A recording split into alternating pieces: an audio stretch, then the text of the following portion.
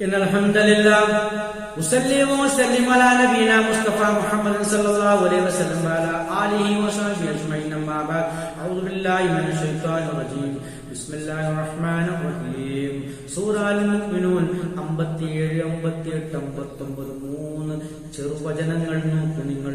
ഇന്നല്ലദീനഹും മുഅ്മിനീങ്ങളെ കുറിച്ച് അവിടെ പ്രത്യേകതയാണ് അല്ലാഹു പറയുന്നത്. ഇന്നല്ലദീന നിശ്ചയമായും ഒരു കൂട്ടർ ഹും അവർ മിൻ ഖശ്യത്തി റബ്ബിഹിം അവർ റബ്ബിനെ ഭയപ്പെട്ടുകൊണ്ട് മുശ്ഫിഖൂൻ അവർ ഭയപ്പാടുള്ളവരായി മാറിയിരിക്കുകയാണ്. അവർ റബ്ബിനോടുള്ള ഭയം കൊണ്ടവർ ഭയപ്പാടുള്ളവരായി മാറിയിരിക്കുകയാണ് എന്ന് പറഞ്ഞാൽ അല്ലാഹുവിന്റെ കാര്യത്തിൽ അങ്ങേയറ്റം ഭയപ്പെടുന്നവരാകുന്നു മുഅ്മിനീങ്ങൾ. വല്ലദീനഹും അവർ ബിആയാതി റബ്ബിഹിം അവർ റബ്ബിന്റെ ദൃഷ്ടാന്തങ്ങൾ കൊണ്ട് വചനങ്ങൾ കൊണ്ട് യുഅ്മിനൂൻ അവർ വിശ്വസിക്കുന്നവരുമാകുന്നു.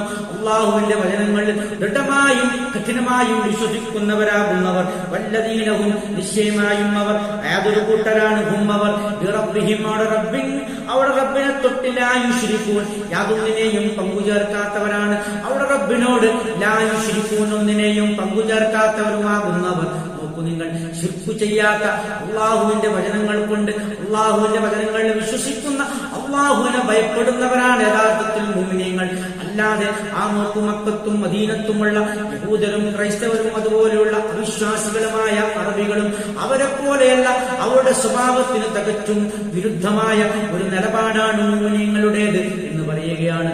അല്ലാഹുവിന്റെ സൃഷ്ടികളെ അത് ആരാധ്യന്മാരായി വെച്ചുകൊണ്ട് ലാത്ത ഉസ്സ മനാത്ത പോലെയുള്ള അതുപോലെ മലക്കുകളെയും ജിന്നുകളെയും അതുപോലെ അല്ലാഹുവിന്റെ സ്വാലിഹീങ്ങളായ അടിമകളെയും ആരാധിച്ചുകൊണ്ട് അല്ലാഹുവിന്റെ സൃഷ്ടികളെ ആരാധിച്ചുകൊണ്ട് അല്ലാഹുവിൽ പങ്കുചേർത്തുകൊണ്ട് മുന്നോട്ട് പോകുന്ന അവിശ്വാസികളെ കുറിച്ച് ശക്തമായ താക്കീതാണ് നൽകുന്നത്. ഒരിക്കലും ഈ അവിശ്വാസം പ്രവർത്തിക്കാൻ മുഅ്മിനീങ്ങളെ കിട്ടുകയില്ല. മുഅ്മിനീങ്ങളുടെ നിലപാടെന്ന് പറഞ്ഞാൽ അവിടെ റബ്ബിനോട് യാതൊന്നിനെയും അവർ പങ്കുചേർക്കാത്തവരാണ്. അവിടെ റബ്ബിന്റെ വചനങ്ങളിൽ അവർ കഠിനമായി വിശ്വസിക്കുന്നവരാകുന്നു. അത് മാത്രമല്ല അവർ റബ്ബിനെ അങ്ങേയറ്റം ഭയപ്പെടുന്നവരാകുന്നു മുഅ്മിനീങ്ങൾ.